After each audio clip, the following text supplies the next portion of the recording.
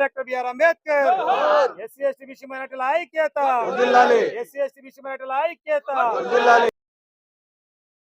రాష్ట్ర మాల మహానాడు ఆధ్వర్యంలో తలపెట్టిన ప్రతిరోజు ప్రతి నెల పౌర హక్కుల దినోత్సవం జరపాలని, అలాగే ఎస్సీ ఎస్టీ అట్రాసిటీస్ కేసులపైన ప్రజలలో అవగాహన కల్పించాలని, అలాగే ప్రభుత్వ కార్యాలయాలలో ఎక్కడైనా సరే నేమ్ బోర్డులు వేసి అందరికీ తెలిసే విధంగా ఆ చట్టాలపైన అవగాహన కల్పించాలని గతంలో కూడా కలెక్టర్ గారికి ఒక రిప్రజెంటేషన్ ఇచ్చినాం. ఈ పద్ధతికి దాదాపు 6 నెలలు కావస్తా ఉంది.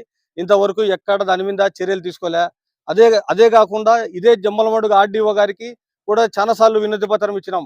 ఇక్కడ పౌర హక్కుల దినోత్సవం జరపాలా, ఈ డివిజన్ లెవెల్లో దళితులు ఎదుర్కొంటున్న ముఖ్యమైన సమస్యలు మానసిక దాడులు, భౌతిక దాడులు, భూ కబ్జాల పైన అనేక సార్లు ఫిర్యాదు చేసినాం. మేము ఎక్కడో ఇంతవరకు ఎప్పుడు స్పందించలే ఆమె.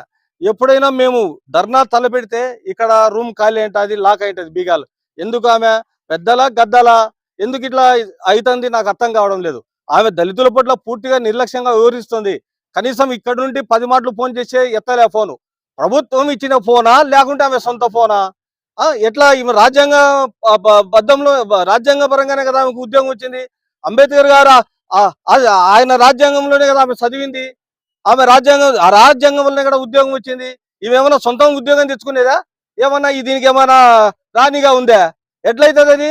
మేము ఎన్నిసార్లు ఫిర్యాదు చేసినా దాని మీద స్పందించారు. వాటికి మేము లోకయుక్త కూడా ఈమె మీద ఫిర్యాదు చేసినాం. మేము మీద SC ST atrocity case section 4 నమోదు చేయాలని. ఇంత నిర్లక్ష్యంగా వివరిస్తే సామాన్యుల పరిస్థితి ఏంది? ఒక నాయకులుగా ఇక్కడ వచ్చి ఇంతమందితో ఇంత ఖర్చులు పెట్టుకుని వచ్చి రిప్రజెంటేషన్ ఇచ్చాలనుకుంటే ఈ రోజు అడ్రస్ లేకుండా పోతే ఏంది పరిస్థితి? ఫోన్ లిఫ్ట్ చేయరు. దీని మీద మేము లోకయుక్త కూడా మరోసారి ఫిర్యాదు చేస్తాము. ఏదైతే ప్రజలు ఈ దళిత బడుగు బలహీన వర్గాలు ఎదుర్కొంటున్నారో ఎస్సీ ఎస్టీ కేసుల మీద ఖచ్చితంగా అవగాహన సదస్సులు పెట్టాలా. అది మాకు కల్పించిన సొసైటీస్ సుప్రీంకోర్టు గైడ్ లైన్స్ కూడా మీరు ఫాలో అవ్వలేదు.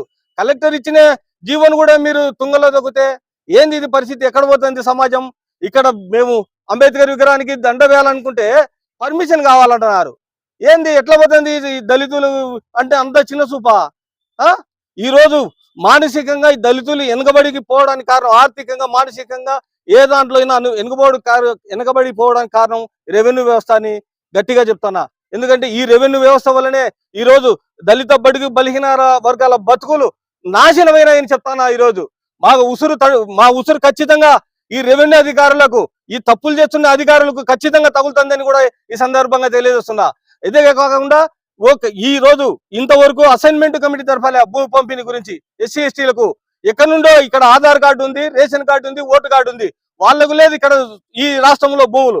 ఎక్కడో బాంబే నుండి వచ్చిన వాళ్ళ భూములు వాళ్ళకు ఉన్నాయి. వాళ్ళ స్టీల్ ప్లాంట్ వాళ్ళకి కానీ, ఓబేరాయ్ వాళ్ళకి కానీ, వీళ్ళకుంటే జిందాల్ కంపెనీ వాళ్ళకి కానీ వేల ఎకరాల భూములు ఇచ్చారు. మరి వాళ్ళకి ఇక్కడ ఆధార్ కార్డు లేదు, వాళ్ళ అడ్రస్సే లేదు. ఇక్కడ ఆంధ్రాలో పుట్టాం, ఆంధ్రాలో ఓటు కార్డు ఉంది, డేట్ ఆఫ్ బర్త్ ఆంధ్రాలో ఉంది. మరి ఇక్కడ వాళ్ళకు ఒక సెంటు ఇండ్లు కట్టుకోనికి స్థలం లేదు. ఏందయ్యా ఇదేం రాజ్యం? ఇదేమన్నా దొంగల రాజ్యమా? ఏం మా మీద అంతా కులవేక్ష?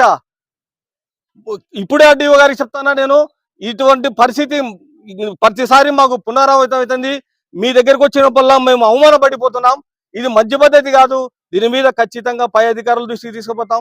లోకయుక్తకు మళ్ళీ కంప్లైంట్ చేసి నేను వీరి మీద ఎవరైతే మా ఫిర్యాదుల పట్ల నిర్లక్ష్యంగా వివరించారో వాళ్ళ మీద SC ST atrocity case section 4 నమోదు చేసేంత వరకు నేను నిద్రపోను. ఒకవేళ చేయలేని పరిస్థితి వచ్చే నా ముక్కు అంబేద్కర్ విగ్రహం దగ్గర నేలకు రాసి వారం రోజులు నేను బూట్ పాలిష్ చేస్తా. ప్రజలు నేను కట్టించుకోలేకపోతే, మా హక్కులను కాపాడలేనప్పుడు మాకు ఎందుకండి పదవులు? ఇంత అవమానమా? మేము అవమానానికి భయపడలే. కనీసం వచ్చి ఇక్కడికి వచ్చి రిప్రజెంటేషన్ తీసుకునే దానికి అంత బరువు అయితే ఎట్లా? ఇది కలెక్టర్ గారు కూడా స్పందించాలి. దీనిపైన స్పందించలేని పక్షంలో ఏ రోజైనా సరే మేము కలెక్టరేట్ ముట్టడిస్తాం. అవసరమైతే సీఎం క్యాంప్ ఆఫీసు మళ్ళీ ముట్టడిస్తాం. ఎంతమంది అడ్డు వచ్చినా కానీ దీనికి ఒప్పుకోం. ఖచ్చితంగా మేము ఆ పని చేస్తామని ఈ మీడియా మిత్రుల ద్వారా మీకు అందరికీ తెలియజేసుకుంటున్నాను. జై భీమ్. ఇక్కడికి వచ్చిన మీడియా మిత్రులన్నలకు మరియు నా రాష్ట్ర మాల మహానాడు దళిత సోదరులందరికీ ఉద్యమ నమస్కారంతో జై భీమ్ తెలుపుకుంటున్నాను. నా పేరు తాళ్ళపాక వినోద్ కుమార్, రాష్ట్ర మాల మహానాడు రాష్ట్ర అధ్యక్షునిగా పనిచేస్తున్నాను. ఈనాడు జమ్మలమడుగు పట్టణం ఆర్డీఓ కార్యాలయానికి మేము ఇప్పటికి 4 సార్లు 5 సార్లు లెటర్ ప్యాడ్ తీసుకొని వచ్చాము. పౌర హక్కుల దినోత్సవం ప్రతి నెల జరిపి ఎస్సీ ఎస్టీ చట్టాలపై పేద బడుగు బలహీన వర్గాలలోని అవగాహన సదస్సును పెంచి వారి ఎదుగుదలకు తోడ్పడాలని ఎన్నోసార్లు మేము ఆర్డీఓ గారి దగ్గరకు వచ్చాము. కానీ ఇక్కడ ఎలా ఉందంటే పరిస్థితి, మన రాష్ట్ర పరిస్థితి ఎలా ఉందంటే జమ్మలమడుగు పరిస్థితి చెప్తున్నా. ఎస్పెషల్లీ ఏదన్నా నిరసన కార్యక్రమం కానీ ధర్నా కానీ పెట్టాలంటే పోలీస్ వారు వారం రోజుల ముందు లెటర్ ఇవ్వండి అంటారు.